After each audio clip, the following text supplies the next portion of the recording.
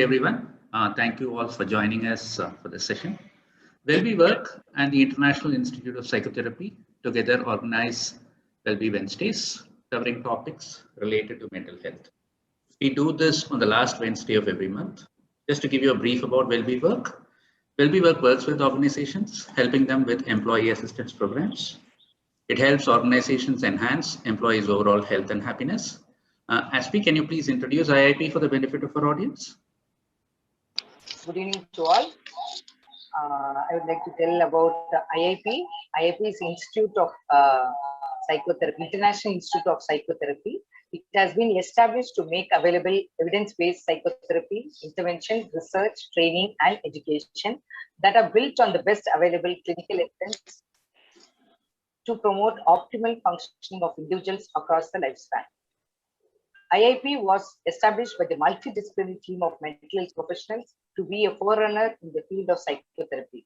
Padma Vibhushan Professor Dr. M. Sharada Menon is the founding patron of IIP. For more information, you all can visit IIP website, which is www.iipsychotherapy.com. Thank you.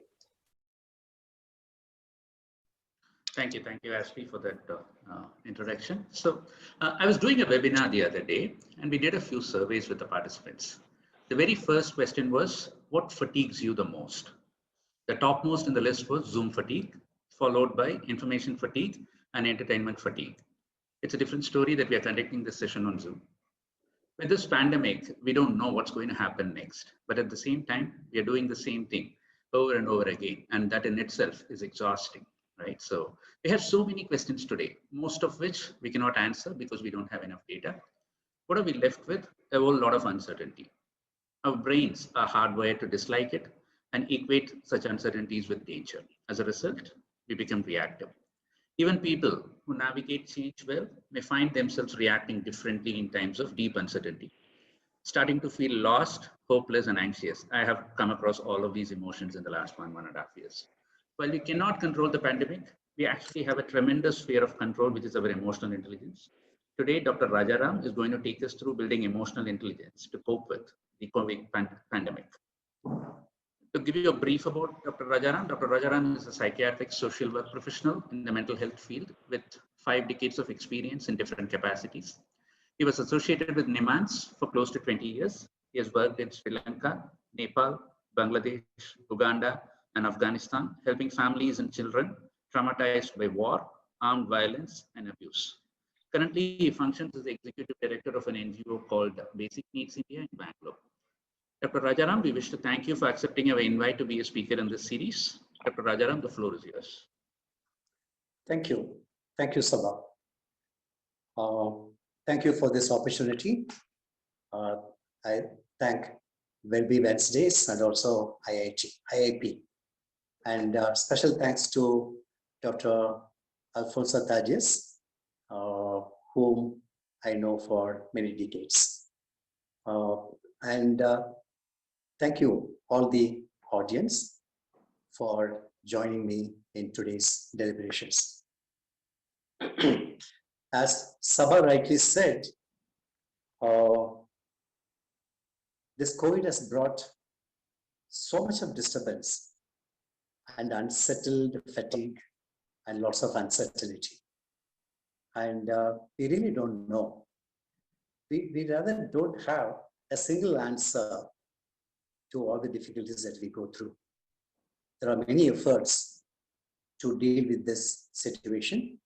And also there are many umpteen number of WhatsApp messages and lots of YouTube and TED Talk. So many things are coming out in an effort to bring some solace. Okay, it may not be applicable to everybody affected by this COVID, but it will definitely be helpful to someone or other. So like that, there are umpteen number of efforts going on. And I would say that this is another effort. Okay. And thank you, Sabha and Divakar, for helping us in the process. Or Divakar, can we put on the slide? Yeah. See, it is Yeah, it is nothing new for all of us to know or to feel the impact of COVID, because we all have been in it for the last more than 1.5 years. We are in it. Okay, when I say we are in it, we all are affected. It's like in the war, there are victims, there are losses of human beings and property. But when you see who are all affected, everybody is affected. There is none who is not affected. The same way in COVID, this pandemic, you can't pinpoint anybody who is not affected. Everybody is affected. Okay. Only thing relatively we can say that I'm more affected than others. Okay, like that we can say. It's again comparative. There are many people who have lost their lives. We can't go by the statistics available online because that may be quite different. But there are many, because if you look at India itself, it's more than 3 crore who are affected by, who are infected. Okay, and there are thousands of people who died, and of course we have to look at the positive sides also.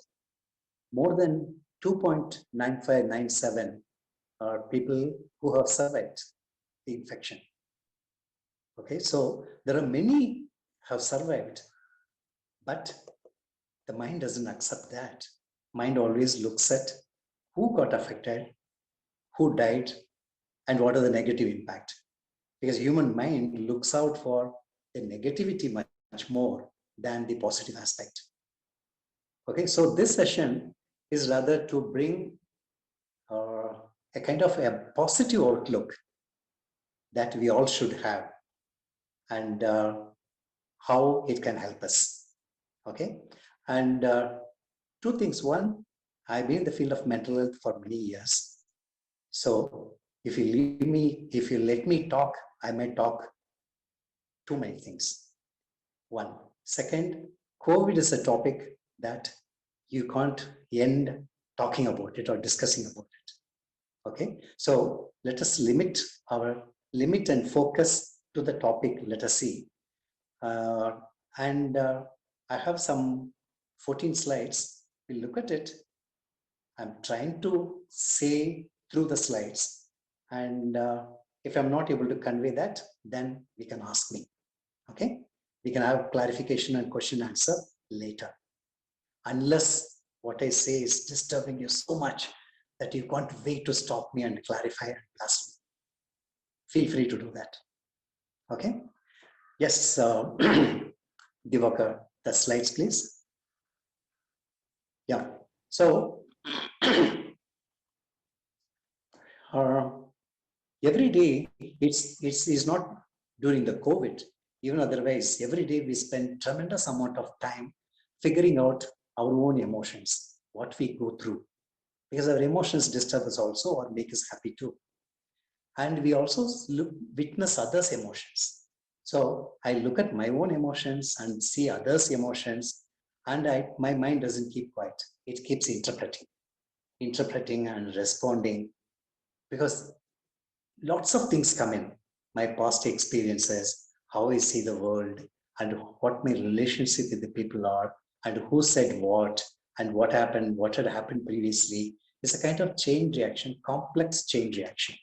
Okay, so we interpret and respond with our own past experiences, wondering whether we did this right or not. This is happening every day. Okay, and the emotions are expressed through in many ways, through words, tone of voice, and non-verbal communication, including our body language, facial expressions, and even by the way we dress up. The emotions are conveyed in various different ways. Okay, this is talking about emotion because we are talking about emotional intelligence. So I'm taking you through this. Next slide, please. Yeah, so how I interpret and how I respond to the world around me makes up who I am, and it contributes to my quality of life. Now, I put it in for you, how you interpret and how you respond to the world around you makes up who you are and contributes to your quality of life, which means that though we all live in the same world, and the world we create for each one of us is different. The world I live in is not the world you live in. Okay, I have drawn in my mind the world quite differently. So it's based on my perception, my experiences, my emotions, my feelings, and my connections and my purpose of life. Okay, so it differs from person to person. Not all of us look at the world the same way. Okay, I'm sure we all know it, but I'm putting it together here so that we'll be together moving further. Next, Divaka.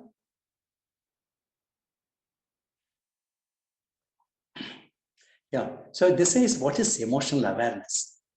The emotional awareness is being in touch with our own emotions, you know, and turning our understanding into action. Okay, so I feel I am in touch with my emotions. The emotions, with these emotions, I get into action. Okay, so if I'm aware of what I go through and what is the outcome, then I'm in touch with my emotions. I'm aware. Okay, so what is emotional intelligence? See, in intelligence, there are many types. Earlier, we thought only IQ is the measurement of intelligence, but later there are many studies which talk quite a lot of different emotions. 6, 8, 4, 6, 8, quite a few. Okay, so in that, emotional intelligence 1, what it says is being in touch with our emotions and others' emotions, and also my action, and being able to do this with others. If I can understand what others go through, what emotions others go through, and what emotions I go through, if I'm in touch with me and others, precisely, that will be emotional intelligence. Okay, everybody has it. All these intelligence aspects, everybody has it, but we don't focus much on it. Okay, emotional intelligence is one which is not focused much, but many people are talking about it today because COVID has brought lots of insights, and we are looking at something or other to support us to live, to survive. So emotional intelligence pops in.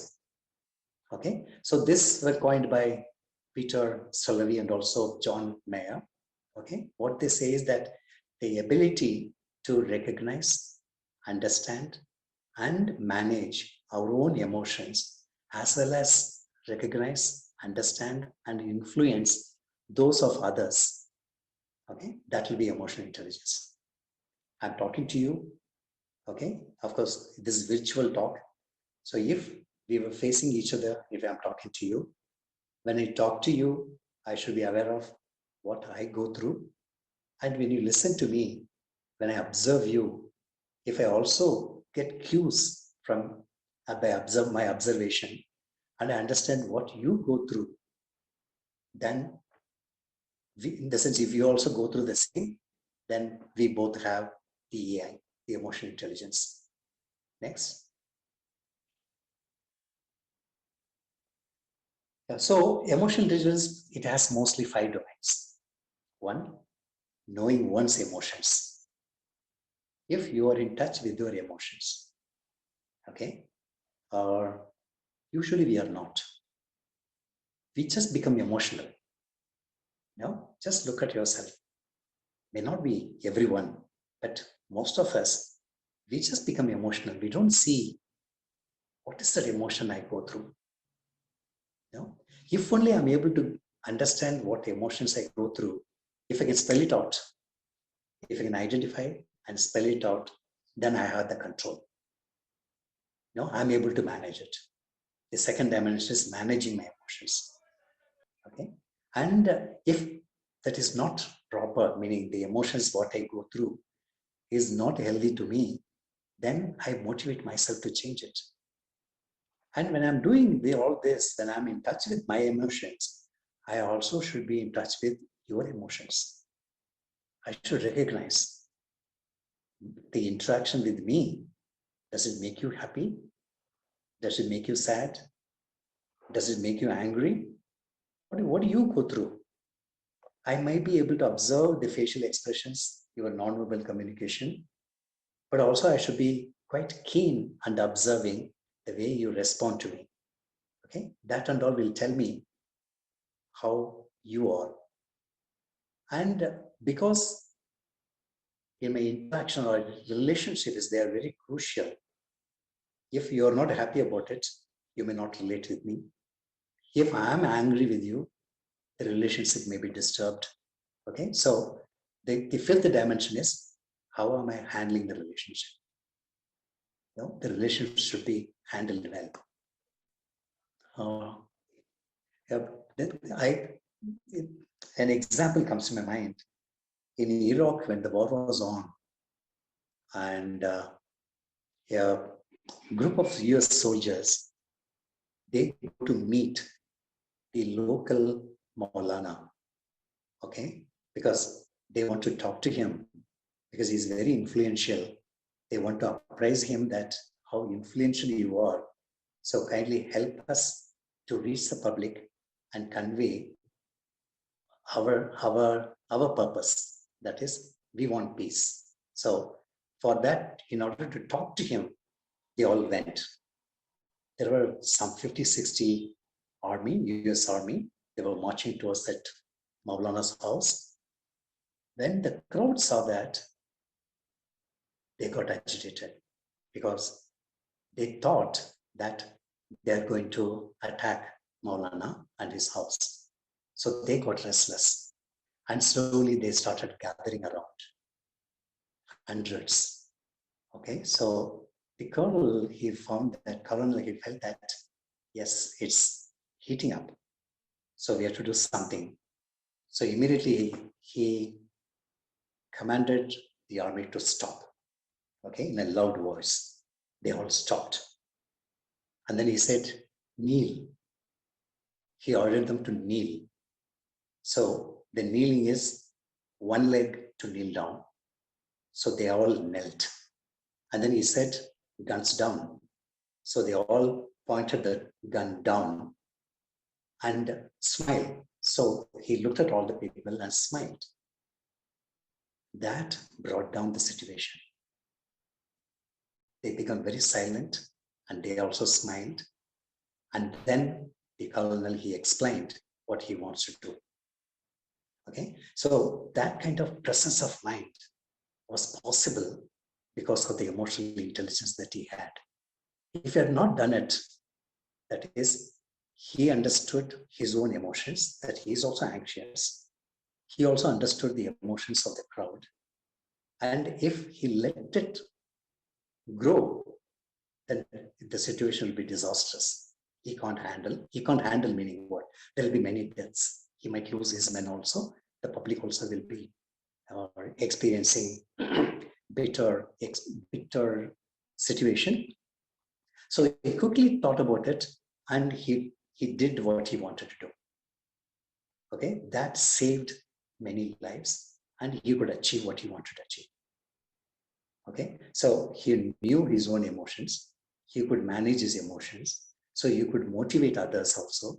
He could recognize the emotions in others and he handled the situation. Okay, so this also needs one should be alert and good in what we are doing and in constant touch with others, wherever situation you are. We call that also perceptive, not perspective or perceptive.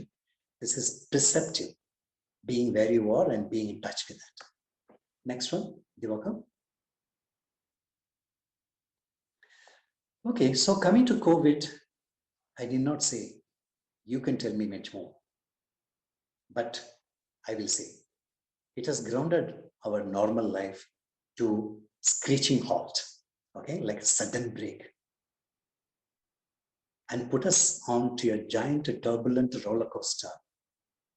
And the result is uncertainty, uncertainty, everlasting uncertainty right now. We might say that it might change next month or next year. We don't know. There are some people who say that it may not change for the next 3 years or 4 years. We don't know. Okay? But we are guessing. But definitely, right now, it's uncertain. There are lots of confusion. Most of us feeling stuck, feeling sick. Our hardwired, centuries-old, culturally conditioned neuro pathways, they don't like it.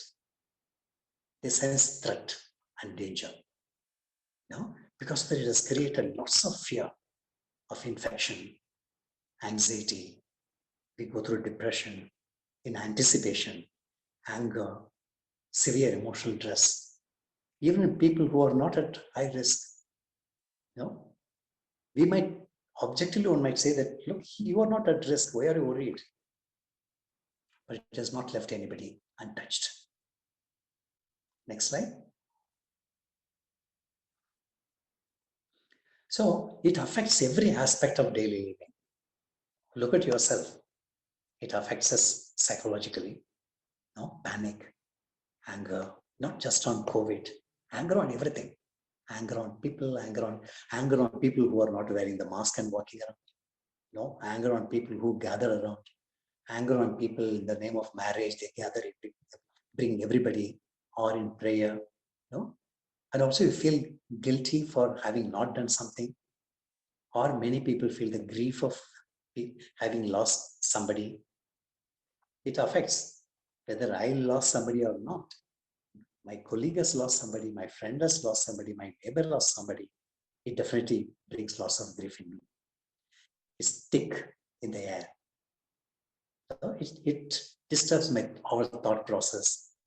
Lots of hopelessness, helplessness, beliefs on self. I believe that I can do this and that, but today I feel helpless. Belief on outbreak and its attribution. And so it affects the everyday daily living. And 1 minute.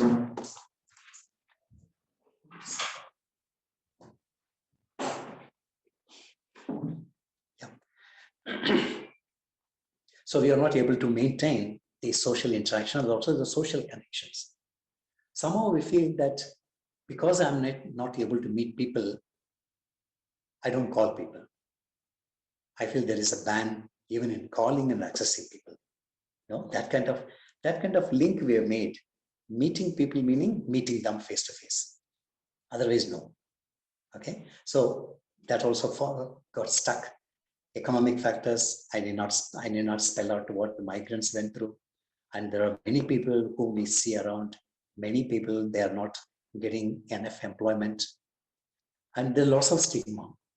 We conducted many workshops with many NGOs, and people say that I'm working with the community. In the community, I am a facilitator. The moment I cough, they get scared. Okay, and they don't come closer to me. So even why the people who are working with, even when I go out, my cough creates panic and stigma. Okay, and the cultural practices, the rituals, make me feel connected. Connected with a force above me, but I'm not able to do that.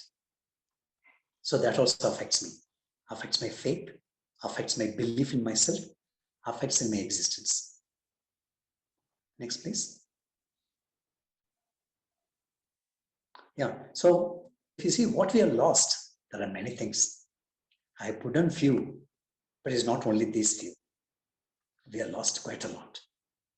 Freedom of movement, choices, face-to-face interactions, physical touch, social events, interactive education, learning by doing, intimate interactions, leisure time activities, daily routine, time management, daily travel, shopping, bargaining, work opportunities, social and financial security, interpersonal interactions, gym and regular exercises, outdoor experiences, everything. It's a sort of a clean the slate, whatever you've written. So such an experience we never had. This whatever the generation living now. Okay, probably I can call myself the older generation. Even the new generation, the newborn generation, millennials, everybody have lost all this. It may be temporary, but you see, we say the severe mental illness, for example, schizophrenia. When I get symptoms, or when I get symptoms, I have delusions, hallucinations, and I'm lost. I don't have much in touch with the reality. When I'm lost like that, my contact with the real life is lost. Okay? And every day we all learn from our experience. Every opportunity teaches me. When I go through schizophrenia, when I lose touch with the surrounding like that, and then you take me for treatment, one year I suffer, you take me for treatment, and then I come back, I regain myself. And this 1 year, I lost all the opportunities of sharpening my skills. So the family has to struggle to bring back all my skills. So what happens is that the same here is not a kind of mental illness that I go through. It's the kind of lost opportunities for the entire human beings. Okay, so because of that, we have lost lots of skills. May not have lost totally, but pruning, sharpening, opportunities for all this have been lost. Okay, next slide, please. You're welcome. Okay, in exchange, yes, we have lost all these things. In exchange, what I got? What I got is mask, sanitizer, physical distancing, death of loved ones. Again, no crying, no rituals. I cry alone, but there is no consolation. I can't meet people. I can't console somebody else. No rituals or ceremonies. 24/7 at home, online shopping, cashless money. The children may not understand what is the cash. Losing entire savings for hospital treatment. Mobile and laptops as other life partners for me. Fear about possible infection or death. Stress, sadness, irritability, anger, insecurity, constant worry about self and family, loss of livelihood. It goes on. That's what we have got. Next slide, please. Yeah. See, while we cannot control the pandemic and all that it has brought, we can control who we are and what we want to stand for in the face of it. This is a piece that I got from WhatsApp. It was interesting, so I put it. But the title remains the same, meaning that heading. There are lots of things we talked. What we have lost, what the COVID has brought in, and everything. And what we go through, all the miseries we talked about. So when we look at it from a macro level, okay, because when we look at all this time, we are looking at it from micro level. When we look at it from macro level, yes, these are happening. What is that I can do? Can I stop the spread? I can't. No? Can I stop the community? I may not be able to do it alone. Many people lost their income. Can I help them? Can I give them money? I can't. Can I improve the livelihood of people? I cannot. No? And many people died. Can I bring them back? I cannot. Can I bring back the rituals at least? I cannot. There are many things I cannot. Look at what I can. Next slide, please. Yeah. What is under our control? What is under our control is who I am. Can I lose it? Can you lose it? You cannot. Who I am cannot be lost as long as I live. No? Even then it becomes who I was. That doesn't change. And also what I stand for. What is my value? What do I want my life to be? No? Many things cannot be available as it was available yesterday, but what I stand for can continue. What I read, no? What I see is under my control. Yes, very much. What I share, I get hundreds of WhatsApp messages. Do I send everything? Do I share it? I decide what to share. No? So that is under my control. What I listen, there are so many people keep talking. Do I listen to everybody? No, I choose. How I support others? Yes, everybody needs so many things like me, but I can offer only this much. So in that I have control. How do I communicate? I have control. How do I care for myself, my family, and the community? Yes, that's under my control. What's our choices, thoughts, feelings, and actions? Yes, I can control. Limiting my wants to reality? Yes, I can control. I stopped buying. I have not bought clothes for the last 1 year. I love to buy. So we can limit depending on what is the situation or there's a situation outside. Can I adjust to change? Do you have option? No. So I have to adjust. I adjust. Can I prevent COVID that it doesn't come to me? Yes, to a larger extent I can. So it will be necessary for me to see what is under my control, what I cannot control. Okay. So if I can differentiate, and if I can bring a control, draw boundary for my thinking, my exposure, if I can draw that, then I'm much, much better. Next slide, please. Yeah. So we just look at the struggle that we go through. One, the loss of old normal. Whatever we were doing till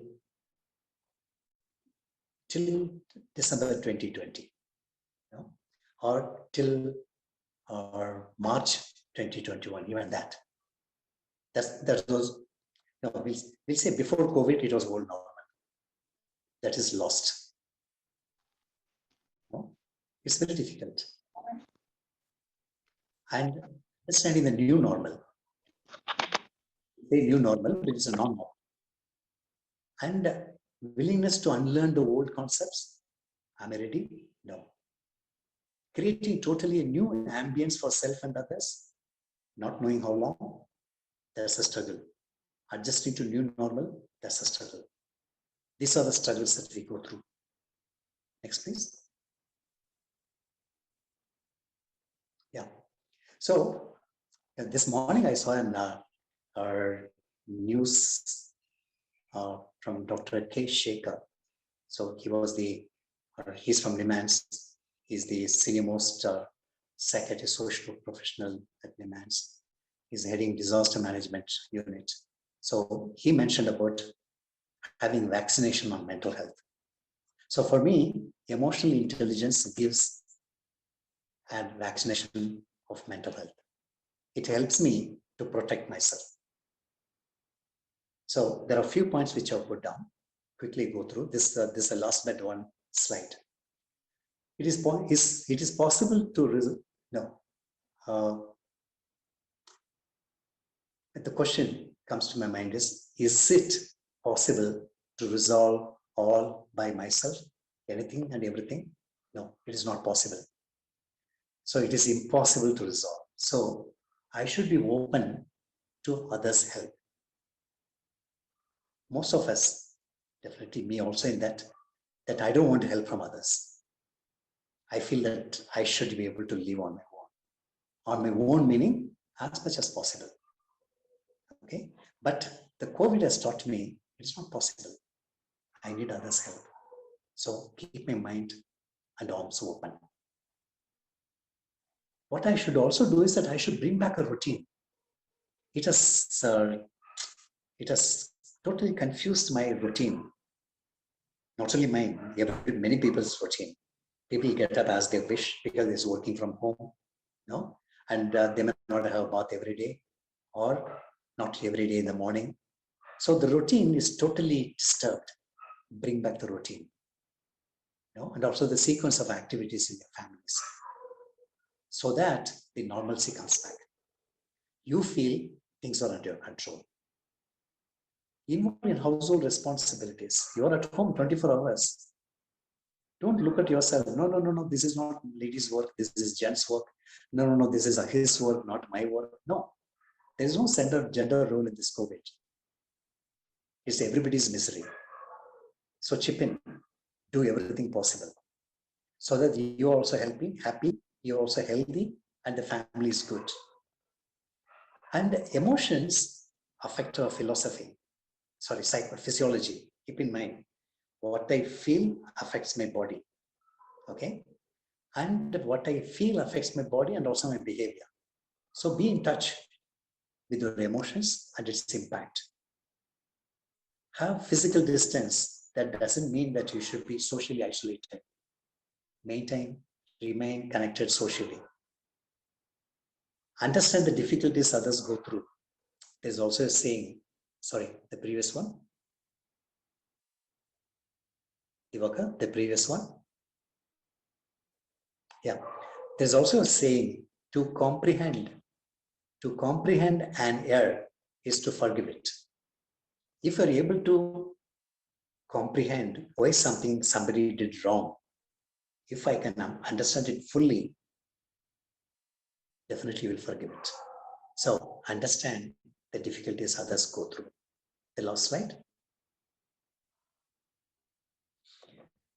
Yeah, so limit yourself. Give only 20 to 30 minutes 2 times a day if you want to give. For me, I don't give much time. 20 minutes, 20 to 30 minutes for what? To listen to chosen, authentic information. Don't keep the TV on. Don't keep looking at the mobile for recent current news. Okay? So don't do that. Have 20 to 30 minutes, sometime in the morning, sometime in the evening. Avoid overdoing precautions. Yes, sanitizer is necessary. That doesn't mean you have to stack jerry cans.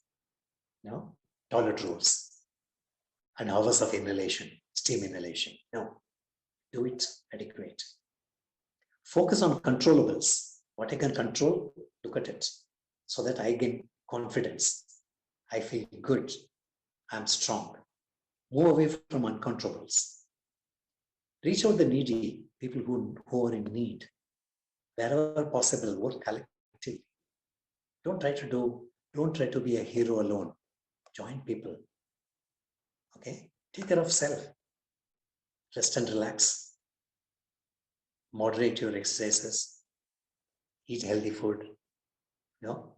If you're consuming alcohol, be moderate. Try to stop smoking. And help others to adapt self-care.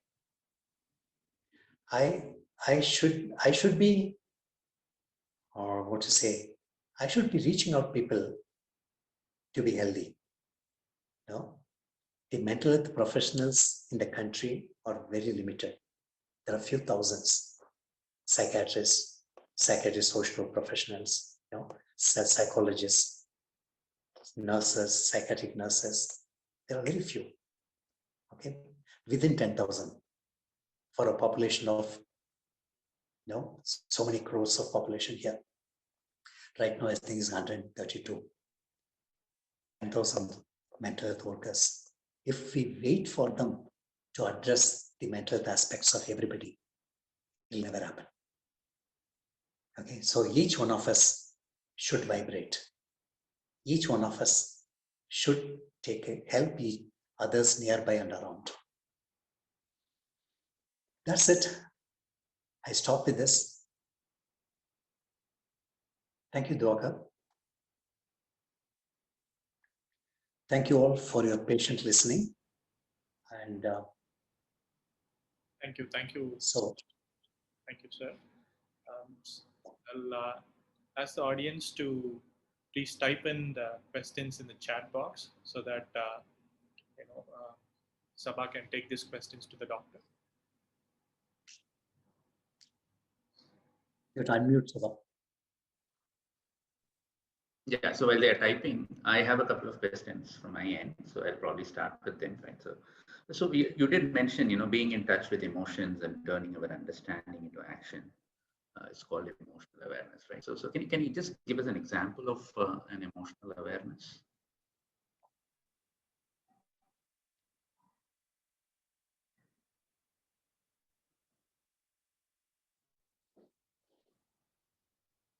Certain things might irritate me, might put me off.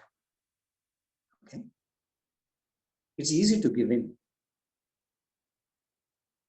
Right. But also I should be able to think, what puts me off? Is it something in me or something in you? No? So if I can differentiate that and then sort it out, talk to you saying that, look, this is what I'm telling you. Okay. But if you keep repeatedly saying what you want to say, this tests my patience. Okay. So if you don't understand, please tell me. Probably I'll try to explain to you again. No, I think this. I mean, I wasn't able to really connect with it the moment you put that. No, I'm giving you the example like that. Okay. Sorry, Sabha. Not an issue. All right. So, and yeah, the other question I have is, this is a very personal question, right? So, see, fear is the biggest emotion that I feel, right? So, while I'm aware of it, fear is the biggest emotion that I feel. While I'm aware of it, I'm not able to control it. It's actually some of all the fearful experiences that I have had in my life, right? So, how do I kind of overcome that? This even relates back to the kind of movies that I have seen, the kind of experiences that I have had right from my childhood. I'm close to 50 today, right? So, so till now. So, okay, yeah. One, I would say that, and I'm not able to handle my own fear. Is it possible for me to share with somebody close to me? mm-hmm. Okay, that's one. So let them also understand my fear. One. And I also look at the past. What brought me out of this fear? The fear can happen when my knowledge about it is less. Okay. The fear also can be that when I lack confidence in dealing with it. Okay. And fear also can be there that I don't have enough skills to deal with it. Okay. So it'll be necessary for me to understand it much more. Why this fear? About what? Can I enrich myself with better knowledge? If I don't know, can I ask somebody else about it? Okay. I'd also observe how others are handling it. Because emotional intelligence is not only my emotions, also observing and watching others, how others are handling it. Okay. So I wouldn't have handled it before, but let me try. Next time when I'm in the fearful situation, let me try this particular skill. Okay. Even in, for example, in dealing with the conflicts, we know there are 5 types of handling the conflicts. Okay. So I may be highly emotional in dealing with the conflict. Okay. But at the same time, I may not be, or I may be very weak in other, that I don't confront, I don't compromise, or I don't withdraw, or I may not be quite forceful dealing with the conflict. Okay. So I'm always emotional. So try some of the technique. Try to be forceful or try to avoid it. So like that, in handling the fear, try different strategy. Okay, but definitely I should know much more about what I am fearful. Okay. Right. Thank you, doctor. Thank you so much. So, anyone else has any questions? If you could please type in, or even if you want to ask it, you can put your hand up and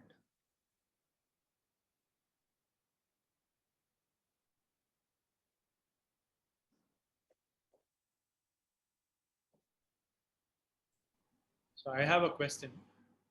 Um, Doctor, so we understand that we cannot control others' emotion, but how do you deal with those emotions when it affects you, especially in the current COVID situation?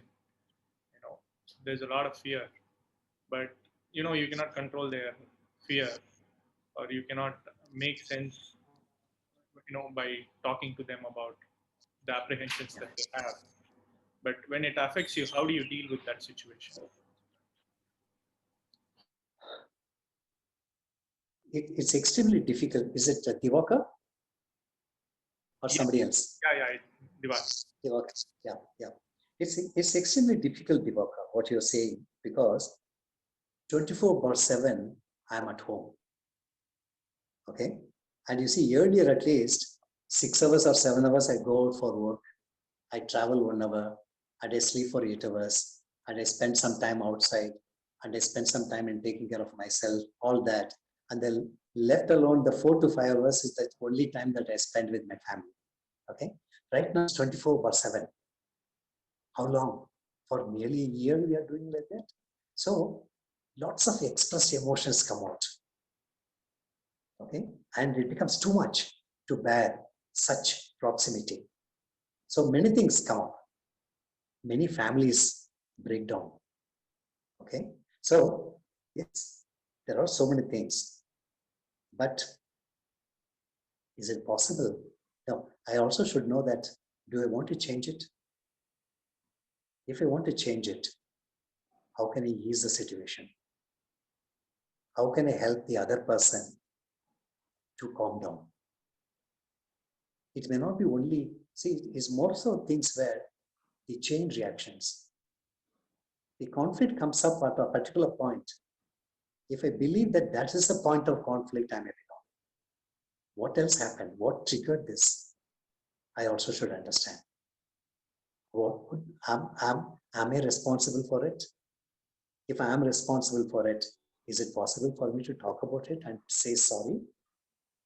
Not just sorry, saying why I feel sorry about it, saying it. Or if I feel so awkward to say sorry about it, can you correct it? No? So it'll be really good to see, is there a contribution from my side for this person's irritability? How can I help? Instead of waiting for that person to help me, let me look at how I can help this person. Because it's all, we're talking about either work situation or a family.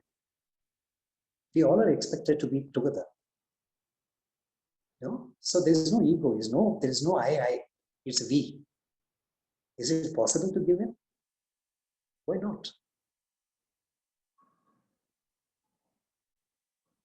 It's indirect answer, Divaka.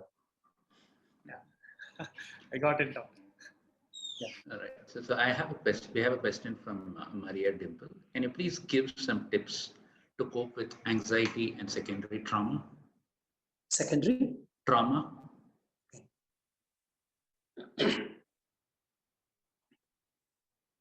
Yeah. See, our emotions talk through the body. Our emotions talk through the, any emotions I go, any emotion that agitate me, it agitates my body also. Okay. So it will be necessary for me to be in touch with my body. Be aware how it affects me. Even anxiety, lots of palpitation, restlessness, and unsteady or inattentive. So, and even secondary trauma too. So it's possible, it's focusing only on my feelings, focus on your body, relax yourself. Learn to relax. There are lots of yoga online courses. And if you're not interested in yoga, okay, leave that yoga. Do deep breathe and exercise. Calm yourself. Or just sit silently for a few minutes every day for probably 10 or 20 minutes. Nothing, do nothing. You need not chant anything, you need not think about anything, you need not ruminate on anything. Just sit, whatever comes to your mind, let it come. Don't on that. That will be beautiful. So learn to calm yourself, calm your body. If I say calm yourself, that is mistaken. Calming myself, how? The question will be, okay? Calm your body, calm. So sit and relax. That itself brings lots of change. That's what I would suggest, Marina. Thank you, doctor. And Mohil, can you just unmute yourself and ask your question? Thank you. Ratsa, you mentioned if I can understand why someone did it fully, I can forgive it. Yes, we do forgive them, but is it that we are acknowledging what they did and will they do that again to us? Will we not get hurt again? It's one thing which I always think about it. Yeah. See, because I am, and you two are in the field of helping, we all have certain beliefs. The first belief is that all human beings are born good. Okay, they are not waiting to manipulate each other. Okay, so they are not waiting to do the same thing again and again. Everybody learns. Only thing is they are not given opportunity to realize. So give them opportunity. They will realize. Okay.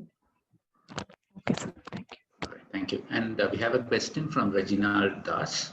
It's a pretty long one. Family members often differ with each other's opinion on social issues like gender inequality, financial crisis, factors relating to social recognition, values, customs, etc. Heated arguments lead to themselves locking to their rooms and becoming aloof. Okay, how do you cope with it?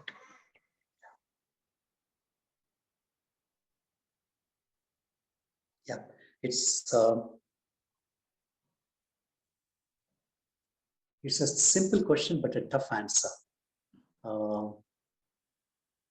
See, one, we should not wait till that happens. Okay, because we are talking about family. In family, as a family member or as a senior member of the family or any member, we should inculcate whatever you said from the beginning of the family. Okay, losing all that opportunity and trying to bring in after 10 years or 20 years will be very challenging. Okay, but even then, after 20 years, it has come. And also, as I said, because of the COVID situation, 24/7, we all are inside. So such conflict are bound to happen. Okay, what happens usually is that when I talk to somebody in my family, they raise their voice and answer. When they raise their voice, I also raise my voice. Just hearing me raising my voice, they also raise their voice. So it keeps on going and going, going above, and it ends up in shutting door. Okay, so it'll be good to try to listen. Listen to people. Okay, it's tough because when it happens again and again, you give up, you don't listen at all. But change it by listening to what they say. And you might feel when you contradict, do I contradict to the content or to the person? Okay, if I can understand that, I can ease it out. Often I contradict because something that person did a few minutes back, I didn't like it. Okay, that's aftermath. My contradiction is aftermath. Okay, so then separate it. So don't do that. And also understand, again, I'm saying at a macro level, the interest is to maintain harmony in the family. How do I contribute? Okay, so my responsibility, don't look at others' responsibility.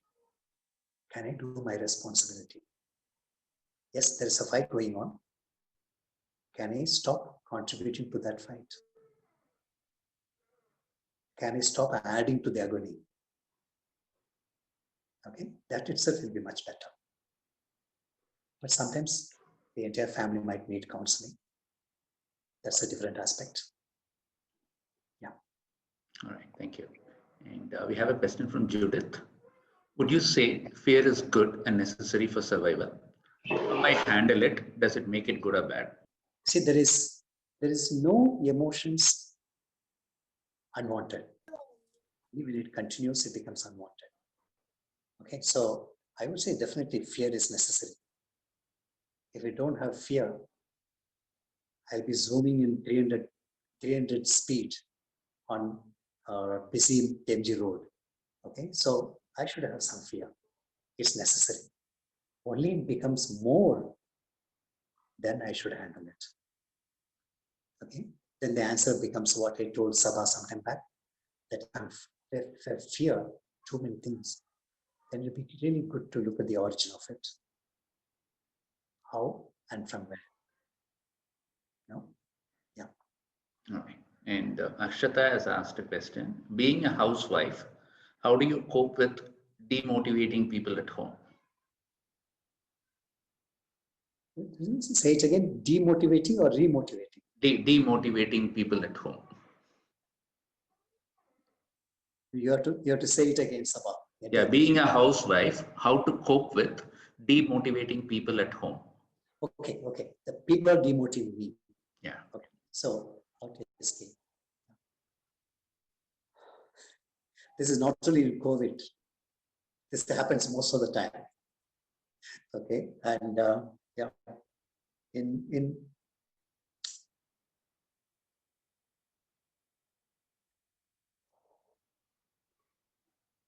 we say usually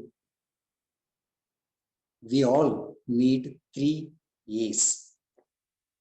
Okay, if I want to build harmony, I should focus on 3 A. 1 A is affection. Okay, I should have and also exhibit care, concern, and affection to the family members. It's a must. Okay, you do it. For example, as a housewife, every day you slog in the family for what? Just for people to put on weight? No. You are taking care of them. You're having affection. You are having concern on them. You are caring for them. So you're doing it.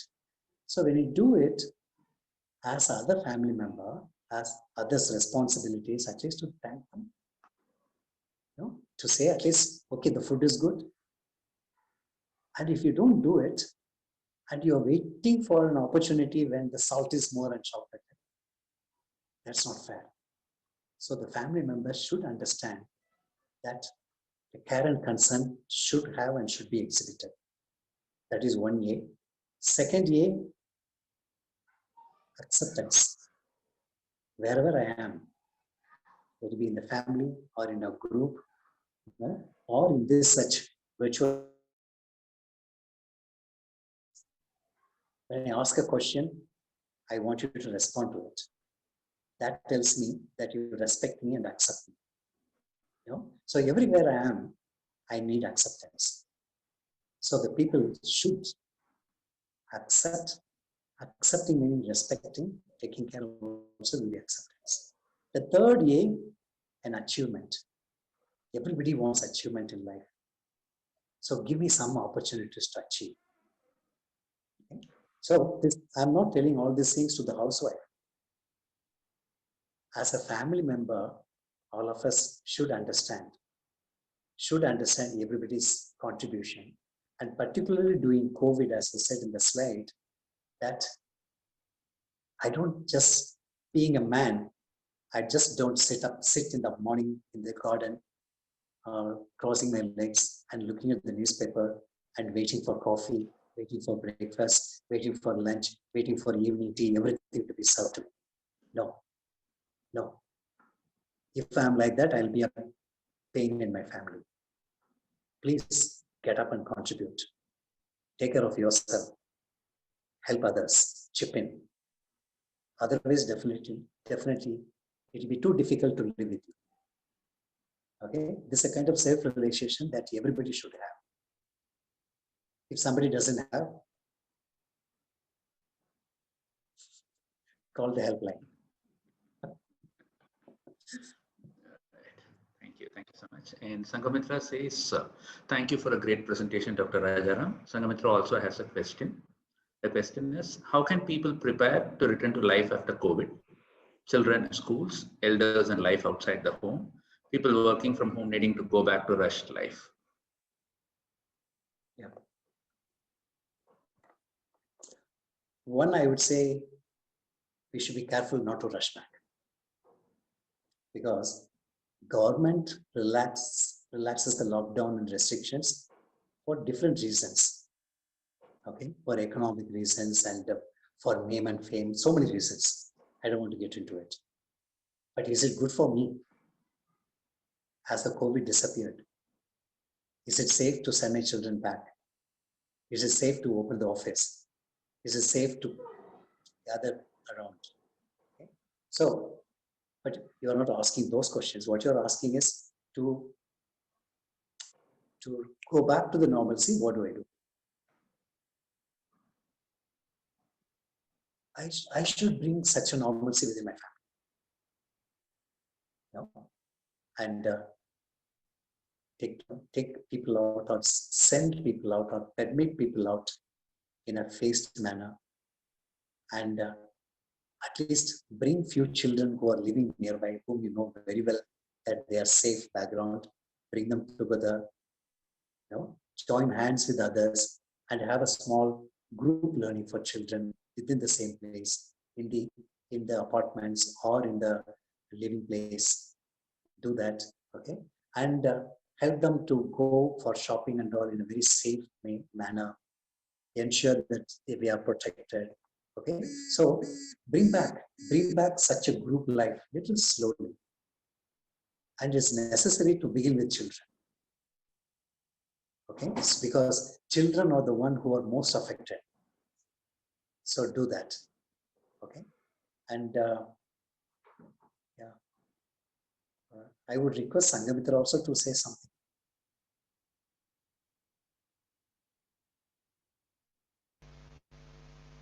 Thanks, Dr. Rajaram. It's also, I was just concerned that, we are worried a lot about what do we do now, but this change is one change. There's going to be another change when we going back to an old life after almost, it may be even 2 years, in which time many things in our lives have changed. And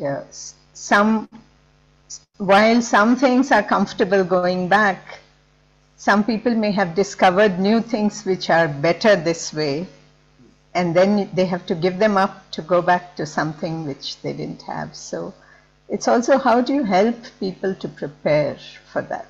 Like children who have not been doing too well at school and are quite happy not to go to school and not to work, to go back to that.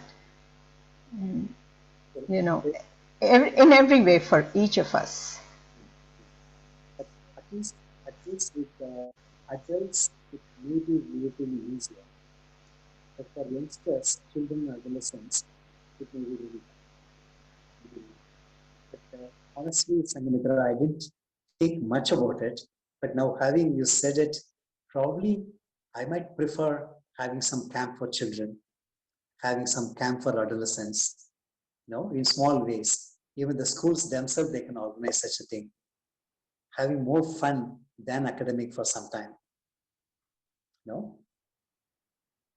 Thank you for initiating a thought. So, thanks, Doctor. And we have a question from Ganga Vijayaraghavan. I hope I got her name right. Sometimes I really want to forgive and I comprehend the situation and understand the person, but I'm still not able to. Does that mean I haven't comprehended or the wound is deep?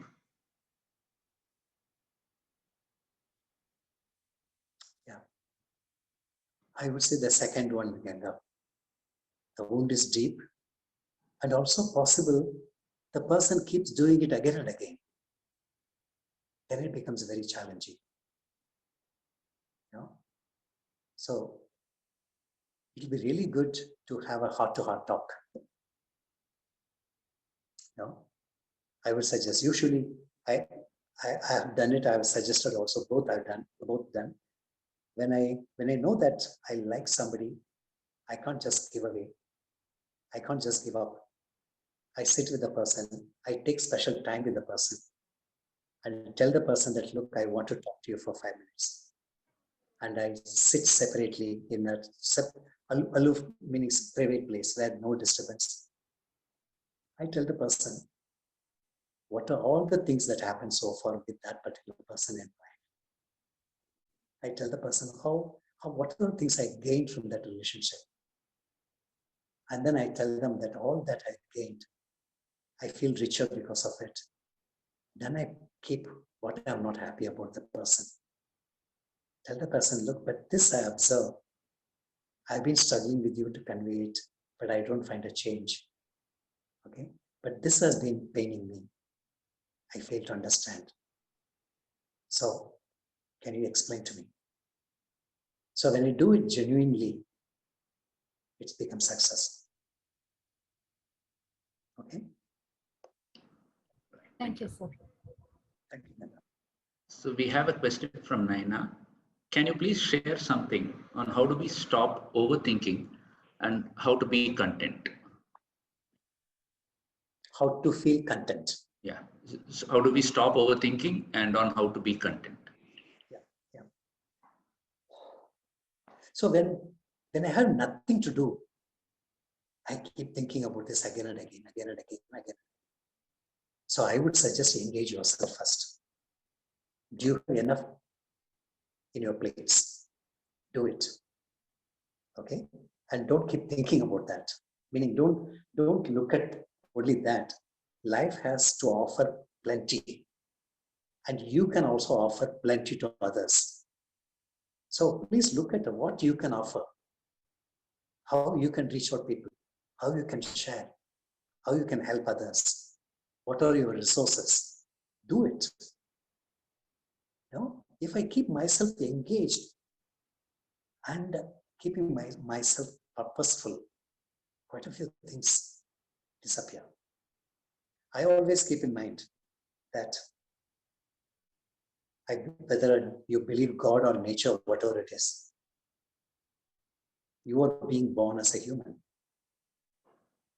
You are not born as a human, as an animal. Okay? You could have been, because life is the same. But I am given life as a human being, which means there's a different purpose in me. I carry a purpose. What is that purpose? What am I to do in this life, in this world? Yes, I have studied. I have become a professional. So what? I should be able to do something beyond. I should do something which I have not done so far. That's the existence. That's what the purpose of my life. So look at it. What else I can do? Keep doing. Definitely you will forget what you're ruminating about. Okay? So there is a purpose in your life. Start. You should extract yourself fully. Whatever you can do, get extracted in your life. That's it. So I have one last question, okay, from Preeti. I'm trying to rephrase the question, Preeti, in case if I don't sound right, please unmute and ask the question yourself. So Preeti says, I'm so fearful and idle, and how do I overcome it? I feel at times I'm not confident on myself. I feel I'm lacking because I'm sitting at home now, and that makes me think more of it. See, in our work, when I say psychosocial or mental health work, we have certain beliefs. One, I said that all human beings are born good.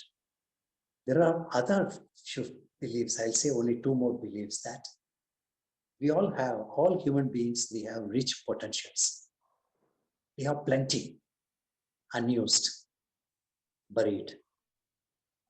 Okay, plenty of resources we have, each individual, each one of us we have. But unfortunately, we don't bring out all this. We don't exhibit what we have because many things we also don't know. What happens in our life is we have drawn lots of boundaries around us. I have drawn boundary for myself. I am Rajaram. I'm these many years old. I should not be doing. I'm a man. I should not be doing. Okay. My weight is only this much, so I can't be doing it. I have my back problem. I can't do this. So like that, I myself have drawn many circles and I don't do things. As if it is not enough, my family also drawn many things. You should not be doing. You are a father, you should not be doing. You are a husband, you should not be doing. You are already done so many things you should not be doing. Like that. My religion has put so many circles. My language limitations put so many circles. My friends have put many things, everything. My statehood has put many things. And my education has put out many things. And my country also has put many things. So many things. I can't travel to the countries that I love to. So many things. So within these circles, I sit and jump around. Whatever I can do, I should. So I should break the circles. If I don't break the circles, I will remain less confident, bored, nothing to do in life, purposeless, confused. So I should look at my own life. What are the circles around me? What circles I have drawn around myself? Break it.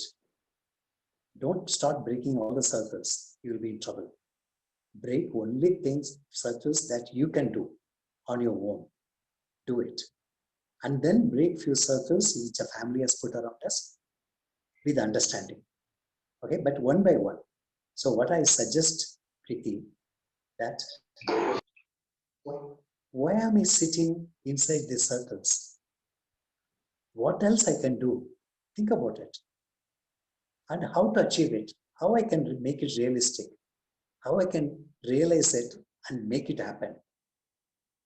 Whose help I need, whom can I trust, do it.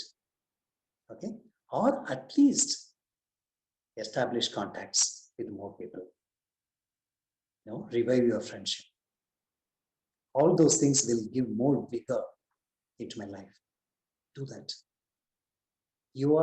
Most of the times we are in a trap of our own boundaries. Okay, look at it. Yes, Sabha, you said that's the last question. Yeah, that's right. So thank you so much, Doctor. And I would like to take this opportunity to thank Dr. Rajaram, who's been kind enough to share his experience on building emotional intelligence. I'm sure the audience found it really, really useful.